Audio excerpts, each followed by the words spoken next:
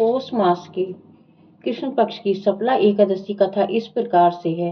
हरिओम नमो भगवते वासुदेवाय। युधिष्ठिर ने पूछा, है स्वामी, पौष मास के कृष्ण पक्ष में जो एकादशी होती है उसका क्या नाम है, उसकी क्या विधि है तथा उसमें किस देवता की पूजा की जाती है बताइए। भगवान श्री कृष्ण ने कहा, हे राजेंद्र, बतलाता हूँ, सुनो। बड़ी बड़ी दक्षिणा वाली यज्ञों से भी मुझे उतना संतोष नहीं होता जितना एकादशी के व्रत से अनुष्ठान से होता है। इसलिए सर्वथा प्रयत्न करके एकादशी का व्रत करना चाहिए। पौष मास के कृष्ण पक्ष में सफला नाम की एकादशी होती है। उस दिन पूर्वोक्त विधान से ही विधि पूर्वक भगवान नारायण की पूजा करनी चाहिए। एकादशी कल्याण करने वाली है अतः इसका व्रत अवश्य करना उचित है। जैसे नागों में शेषनाग, पक्षियों में गरुण, देवताओं में विष्णु तथा मनुष्य में ब्राह्मण श्रेष्ठ है, उसी प्रकार से संपूर्ण व्रतों में एकादशी तिथि का व्रत श्रेष्ठ है। ये राजन, सफल एकादशी को नाम मंत्रों का उच्चारण करके फलों के द्वारा श्री हरि का पूजन करें। नारियल के फल, सुपारी, बिजोरा, नींबू, जमीरा नींबू, अनार, सुंदर आंवला, लौंग, बेर तथा विशेषतः आम के फलों से देवेश्वर हरि की पूजा करनी चाहिए। इसी प्रकार धूप दीप से भी भगवान की अर्चना करें। सफला एकादशी को विशेष रूप से दीपदान करने का विधान है। रातों को वैष्णव पुष्पों के साथ जागरण करना चाहिए।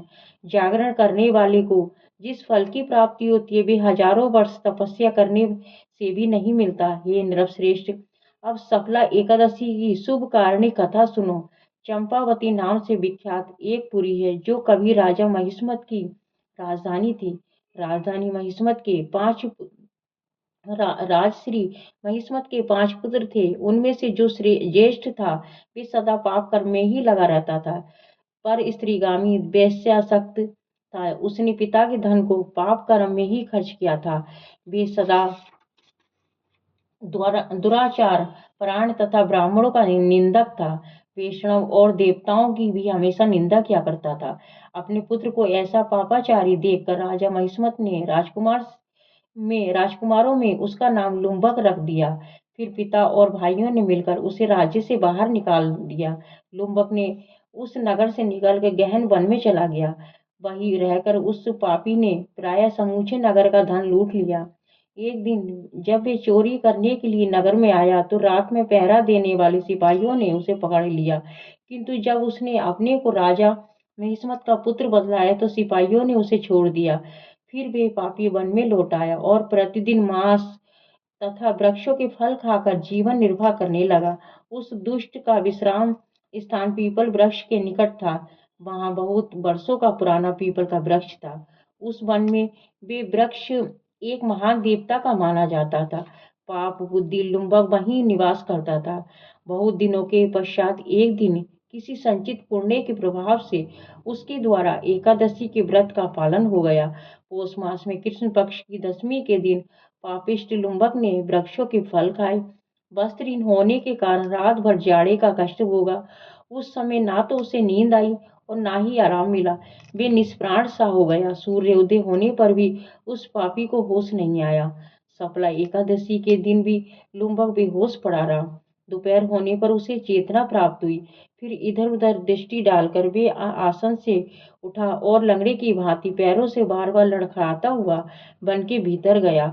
वे भूख से दुर्बल पीड़ित हो रहा था। ये राजन, उस समय लुम्बक बहुत से फल लेकर ज्यों ही विश्राम स्थान पर लौटा तो ही सूर्य देव अस्त हो गए थे। तब उसने वृक्ष की जड़ में बहुत से फल निवेदन करते हुए कहा, इन फलों से लक्ष्मीपति भगवान विष्णु संतुष्ट हों। और यूं कहकर लुम्बक ने रात भर नींद नहीं ली। इस प्रकार अनायास ही उसने इस व्रत का पालन कर लिया। उस समय से ऐसा आकाशवाणी हुई, राजकुमार, तुम सफला एकादशी के प्रसाद से राज्य और पुत्र प्राप्त करोगे। बहुत अच्छा कहकर उसने वह वरदान स्वीकार किया। इसके बाद उसका रूप दिव्य हो गया। तब से उसकी उत्तम बुद्धि भगवान विष्णु के भजन में लग गई। दिव्य आभूषणों की शोभा से संपन्न होकर उसने अकंटक राज्य प्राप्त किया और 15 वर्षों तक वह उसका संचालन करता रहा। उस समय भगवान श्री कृष्ण की कृपा से उसके मनोयज्ञ नामक पुत्र उत्पन्न हुआ।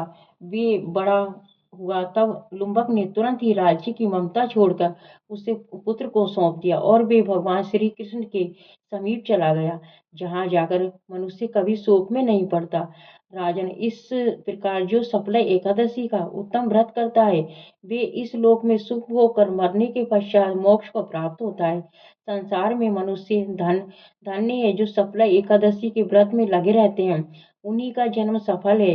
महाराज, इसकी महिमा को पढ़ने, सुनने तथा उसके अनुसार आचरण करने से मनुष्य राजसूय यज्ञ का फल प्राप्त होता है। हरिओम नमो भगवते वासुदेवाय।